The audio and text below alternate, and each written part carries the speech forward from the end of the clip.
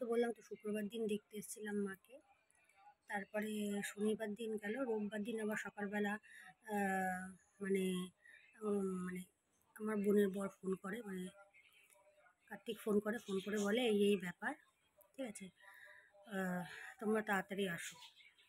তো মার হয়েছে কি, মার কথা বলতে গিয়ে মুখ টুক বেঁকে যাচ্ছে, খেতে পাচ্ছে না, খাওয়াচ্ছে কিন্তু চিবানোর পর গিলতে পারছে না, আবার মুখ দিয়ে পড়ে যাচ্ছে, মানে খেতে পাচ্ছে না। আর হাত পাগুলো পুরো অসাড় হয়ে যাচ্ছে, মানে পা ফেলতে পারছে না, লেংলে লেংলে মানে হাঁটছে। আর কথা বলতে গেলে মুখ বেঁকে যাচ্ছে, জিভটা বেঁকে যাচ্ছে, এরকম হচ্ছিল। তো আসলাম, রোববার দিন এসে তারপরে বিকেলবেলা নিয়ে যাওয়া হয়েছে সিটি স্ক্যান হয়েছে না, সিটি স্ক্যান করেছে। তারপর ওখান থেকে করার পর তারপরে আমরা কল্যাণী রেমবোতে নিয়ে গেলাম, নিয়ে গিয়ে সঙ্গে সঙ্গে তো ডাক্তার, মানে নার্সিংহোমে ডাক্তার চলে এলো, এসে বললো, তারপর সব কিছু দেখে বললো যে আইসিইউতে ভর্তি করতে হবে। তো আইসিইউতে এখন ভর্তি আছে, ঠিক আছে।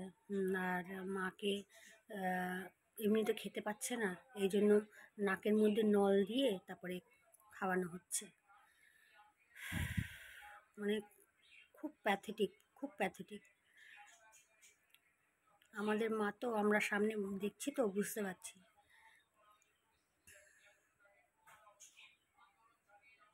আমাদের কি দিন যাচ্ছে, কি দিন যাচ্ছে, মানে মা একটা সুস্থ হচ্ছে, মানে একটা দিক দিয়ে সুস্থ হচ্ছে, তো আরেকটা দিক দিয়ে বেরিয়ে যাচ্ছে। গতকাল যেতে পারিনি, রোববার দিন ভর্তি করছি, সোমবার দিন। আর ওখানে ভিজিটিং আওয়ার শুধু সন্ধেবেলায়, সকালবেলা না, মানে দুপুরবেলা না, কারণ ওখানে তো সব কিছুই দিয়ে দিচ্ছে, এই জন্য খাবার টাবার নিয়ে যাওয়ার কোনো ব্যাপার নেই। তোমরা তো জানো নার্সিংহোমের সিস্টেম কী। তো এই জন্য তো, আর কালকে প্রচুর বৃষ্টি হয়েছে কাঁচরাপাড়ায়, এই জন্য আমি যেতে পারিনি, আমার বোনও যেতে পারেনি। দেখি আজকে তো বৃষ্টি না হয় তাহলে যাবো। হ্যাঁ, দুই জামাই গেছে, আমার বর গেছিলো, আমার বোনের বর গেছিলো, ও তো আছেই, ওর পাশেই তো যেখানে নার্সিংহোম, তার পাশেই তো ওর গেস্ট হাউস। এই জন্য ও একবার 12টা 12:30টার সময় আসে, এসে খবর নিয়ে আবার চলে যায়। তারপর আবার যখন বাড়ি আসে, মানে ছুটি হওয়ার পর বাড়ি এসে তারপর আবার ভিজিটিং আওয়ার হচ্ছে 5টা থেকে 6টা, এর মধ্যে তোমাকে মানে দেখতে হবে।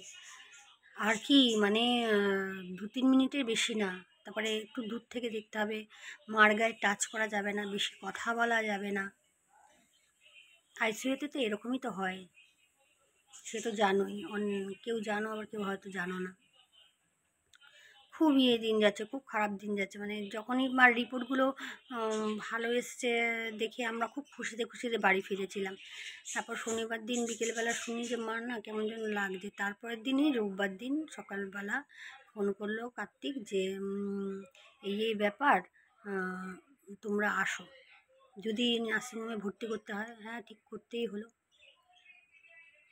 তো এলাম, তারপরে মাকে, ওই অ্যাম্বুলেন্স এলো, আমি মাকে নিয়ে গেলাম, মাকে আমি, আমার বর, কার্তিক নিয়ে গেল। তারপর ওখান থেকে সোজা তো ভর্তি করিয়ে দিলাম। মানে প্রে করছি, মানে এত কষ্ট কেন পাচ্ছে বুঝতে পারছি না, ভালো লাগছে না, এত কষ্ট, মানে ভালো লাগছে না। যেই মানুষটাকে সবসময় দৌড়ে দৌড়ে বেড়াতে দেখেছি, আর সেই মানুষটা যদি শুয়ে থাকে, মানে কেমন যেন লাগছে, কিছুই না। কখনো মাকে বসতে শুতে দেখিনি আমি, সবসময় কাজ করতে দেখেছি, ছোট জ্ঞান হওয়ার পর থেকে তো দেখছি, ছোটোবেলা থেকেই তো দেখছি মাকে। খুব খারাপ লাগছে, খুব খারাপ লাগছে। আমার মাও বুঝতে পারছে যে মারও ভালো লাগছে না। ভাবছে আমি এত ছুটে বেড়াতাম, এত কাজ করে বেড়াতাম, কাউকে কোনো একটা কাজ করতে দিতাম না, আমি সব একা করতাম, এখন আমি শুয়ে আছি, রোগে পড়ে আছি, সবাই আমার সেবা করছে। মার মনে মনে খুব গিল্টি ফিল হচ্ছে, কিন্তু কি করা যাবে, কিছু তো করার নেই না।